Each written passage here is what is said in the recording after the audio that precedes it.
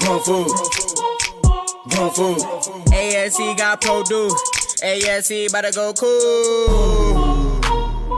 Welcome to Food Moves the World podcast. I'm your host, Nicole Powell from Appetite for Change. Today I have joining me in the studio is ShaVunda Brown. ShaVunda, can you introduce yourself? Absolutely. Well, I'm a mother, first of all. I'm an actress, singer, hip-hop artist, poet, reproductive justice advocate, and of course, like a food justice advocate as well, with the plant-based lifestyle. I do a lot within community and organize and things like that. So I'm super excited to be here. Thank you for inviting me to be in your space to talk about what I do within community and my relationship with food. Thank you for accepting. Mm-hmm. So my first question is, can you tell me about like your upbringing? Like what inspires you? Like, did you see yourself growing up becoming this phenomenal woman that you are today? Ooh, thank you for that question. That's beautiful. From the time I was 5 years old, I knew that I wanted to be an actress and that I wanted to be a singer and that I wanted to dance and things like that. I wanted to be in the arts. And so knowing what I wanted to do, that kind of just gave my family a guidepost, a way to guide me into my greatness or guide me into what my true purpose and my calling is, for my life. Somebody really close, near and dear to me, my cousin he's like my second cousin who's like a third parent to me that recently passed away. They asked me when I was 10 years old, they're just like, what do you want to be when you grow up? And I was like, an actress, a singer, like, I thought you knew. And they're like, okay, well, you need to go to Booker T. Washington High School for the Performing and Visual Arts. That's where Erykah Badu went. So from the time I was 10, I knew what high school that I would go to.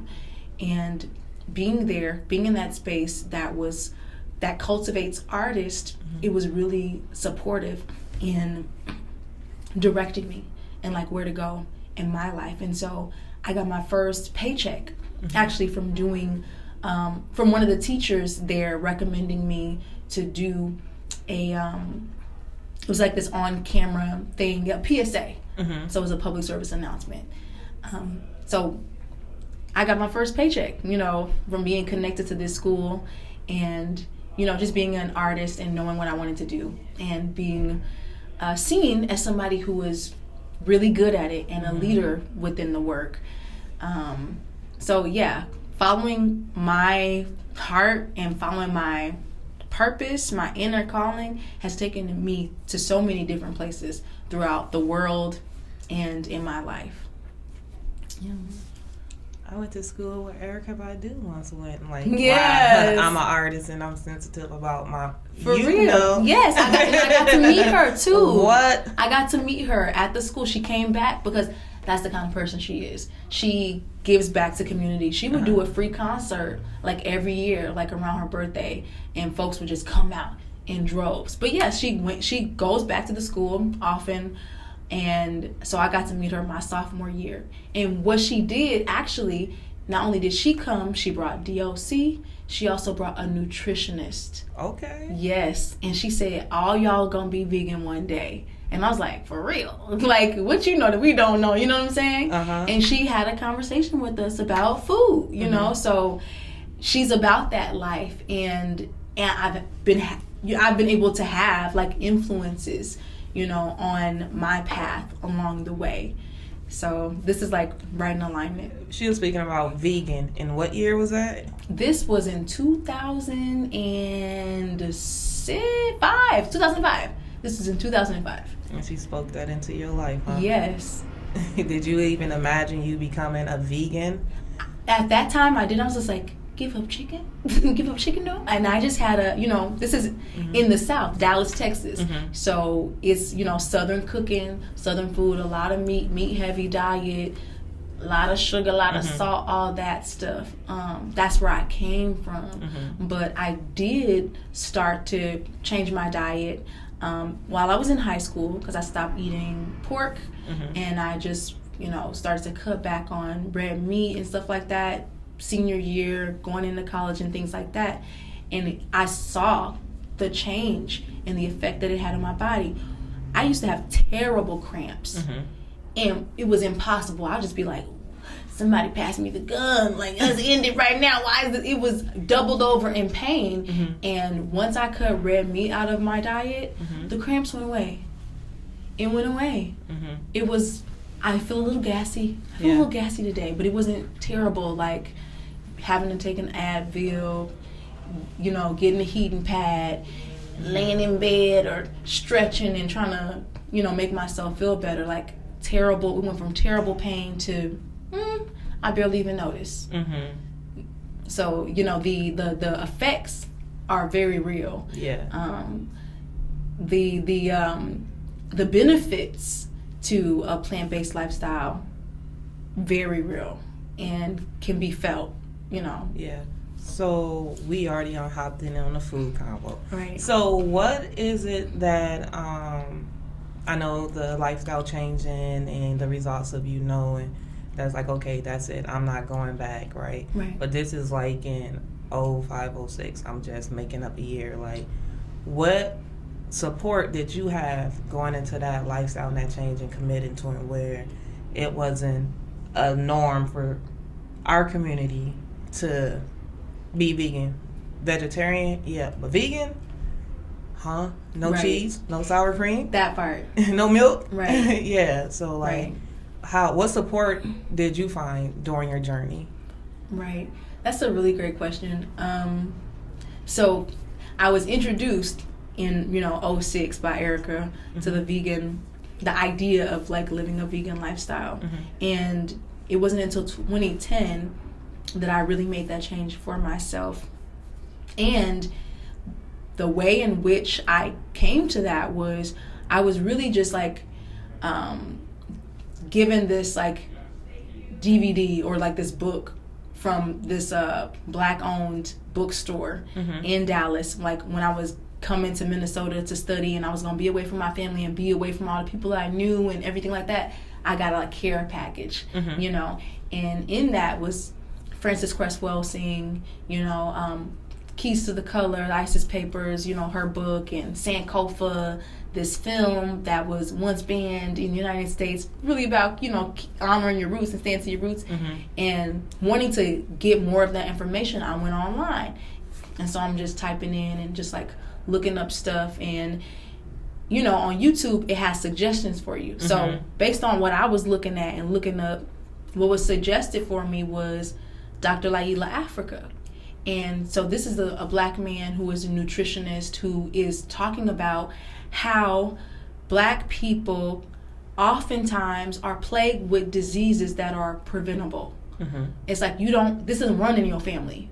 What runs in your family is bad eating habits, and you don't have to be victim to these different diseases that plague our community. Can you repeat that part? Because that's the same thing I be talking about. Like, it doesn't run in your family. Right. It's our eating habits. It's the eating habits. It's you cook the same food but that your grandma cooked. You know exactly. And when I go to the doctor, even I'll be like, yeah, this don't run in my. I don't claim any of that stuff because I'm just like, I know that I eat differently, so I'm not going to be affected with that. Don't expect me to have high blood pressure and cholesterol, high cholesterol and all this other stuff that other people in my family may have because I'm doing things differently. I'm behaving differently. The behavior is different. So the lifestyle is different. So that makes a huge difference. So when I got introduced to that, because being on a college campus, I would sometimes run into people who were just like, yeah, be vegan or watch this video for $1, and that didn't motivate me. That didn't move me. I'm just like, y'all are not from my culture. What are y'all talking about? Like, this is terrible what I'm seeing, but it's not giving me a real reason. But hearing from, I can't relate, but hearing from Dr. Laila Africa that it's like, people are getting their legs amputated and they don't need to. What they really need to be doing is changing their diet, and it don't have to be you. That moved me, and I was like, ooh, oh my God, this is so true. You're telling me a story and you're showing me things that I'm seeing happen within my family, and so it's time to make a change. You're showing me like the ways in which milk and cheese are processed, and this looks disgusting to me, seeing what is going into my body and what I'm consuming. So right away that made a change for me. I saw his video and his talk, and I'm living in the dorms, and I'm on the food plan, and I go downstairs, and I'm just like, I can't eat the same stuff that I used to eat. I'm like, well, let me have my last ice cream. And I'm like, this is disgusting. I can't even do this. I can't look trash.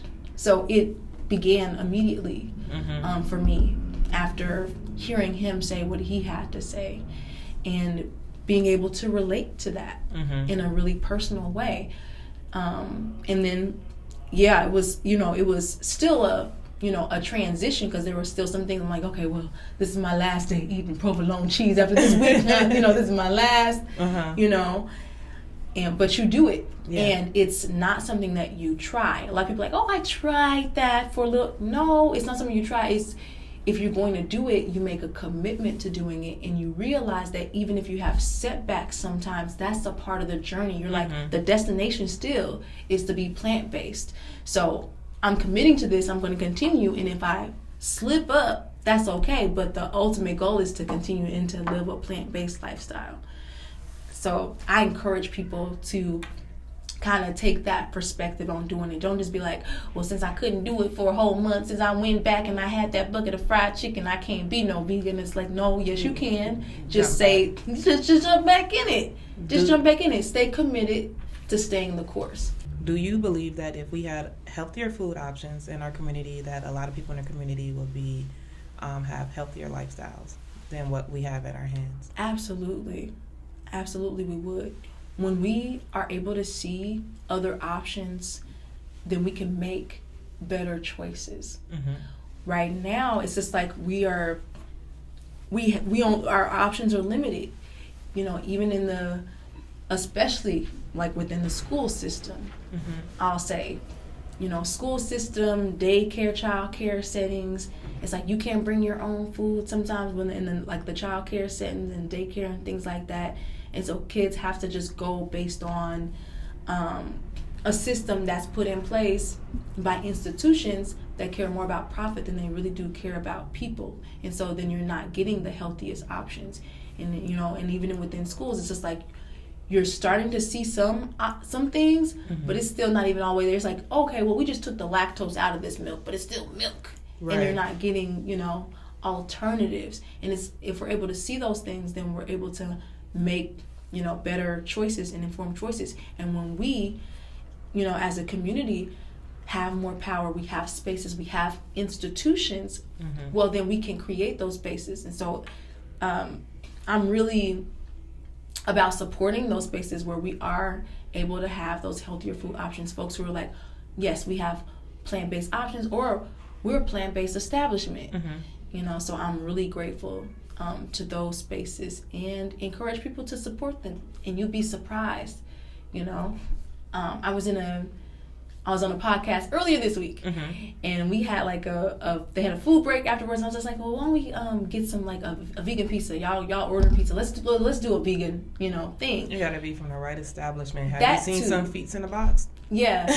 Like what? Yeah. But just still doing that, and folks being able to see that option and get to try it. Like, oh, this is actually really good. I wasn't expecting this to be this good. And it's just like, yeah, once you are able to be introduced, however it to comes see that for it you, actually tastes good. Yeah, and then you're able to see for yourself and experience for yourself. But people don't usually tend to go outside of their box, and there has to be some kind of pathway into like that plant-based options and lifestyle and that kind of a thing. So. I think it's more so, how like in kindergarten, right? When you're doing fantastic in class, you earn stars, right? Or when you recognize that you're being great. When it comes to the vegan lifestyle, a lot of us have vegan options, but we don't think it is, right? Like when you're eating beans. You don't even recognize beans it. and rice, beans right? And rice. Or you're eating That's greens without meat, right? Or you're having whatever you're having, right? Like there are some foods that you're eating that's considered vegan, but you're not going to consider it vegan because you never connected the two. So recognizing the foods that's already been eaten acknowledging what they are. Like you're halfway there. Like if you want that lifestyle, like you're halfway there, and that tastes good. And you can do it if you want to. And you know, it's like it's no judgmental if however you eat, as long as you eat, but try to make sure that it's healthy things that you are eating, because our goals is to live as long as possible with minimum health issues if we can prevent it. Right? And that means owning what you eat, cooking it in the kitchen. Come on. And staying as far away from processed as possible. Sometimes we go get it. It's okay. But, you know, just owning what goes inside your body and knowing it, what you're eating. Like you said, when you watch those videos and you actually seen the process of it and someone that you can relate to talk to you about it, then it made more sense. Like, if you don't look like me, you can't really tell me too much because you're not from my background. Like, you might know everything, but the way that you're telling me, I'm like, I can't relate. Right. I can't relate. So, yeah, you have something else to say about that? I mean, yeah, I just agree with you on having a balance. It's just like, you know, don't judge yourself. Don't feel shame. Don't feel guilty if sometimes you have something that's, you know, gonna be processed. But yeah, have a balance. Say, you know, for the most part, it's gonna be plant-based. Be mindful, right? Yeah. Be very mindful. You know, intentional about what it is that we are putting into our bodies and onto our bodies and how we season our food. And a lot of our, you know, ancestors, they, you know, knew a lot about food as well. So it's not always just that, oh, this is slave food and, you know, different things. Yeah, what is like slave food, right? We came from, you know, farmers and people who knew, you know, sharecroppers, people who knew about the land and you knew how to prepare food, to season food, and to use food as medicine. And I think that is something that we have to get back to and be really aware of. And yeah, it's like that's something that's been taken away from us. You know, and it's like, how many generations are we removed, like, from the land? When we are removed from the land, that starts a process of, you know, continues a process of colonization. And so our diets have been colonized. And so it's really important for us to tap back into the knowledge that our elders and our ancestors had, different remedies and things that they would give us. And I'm like, this even, you know, relates to the work that I do within reproductive justice. It's like, oh, there are different tools for, you know, different medicines, different herbs and things that can be taken for your reproductive system and your reproductive care. And our ancestors knew this. They're aware of this. Whereas many people of this generation, you just go to the doctor. You go to the doctor, or you go to the pharmacy, CVS, and all of these other things, and you have to rely on other people to give you things for your own well-being. Whereas our folks really knew what you could pick outside for whatever ailment or illness that you were dealing with. And so if we want to have ownership and sovereignty, a part of that starts with our food and our relationship to it and our relationship with the land. Trust in the process. That was already said. Absolutely. Yeah, so food, we could talk all day about food. Yeah, talk to your old people. So I'm like, exactly, right? Like, don't shush them, listen to them, because they're full of wisdom. With your day-to-day living, what inspires you? Black liberation. That is what inspires me. Being free, you know, to the best of my ability, for myself, for, you know, for my people, you know, us as a collective, for my children especially, you know, being free to re-indigenize, to be closer to the knowledge and the wisdom of my ancestors, of my elders. At the end of the day, we need each other. We need each other. And in order to overthrow systems that are oppressing us, it is best that we come together instead of trying to join the system and climb our way up the ranks within it. No. I don't agree with that. So that's how I feel. Okay. Legacy, right? Okay, well, ShaVunda, thank you for joining me today. Grown food. ASC got produced. ASC about to go cool. We gon'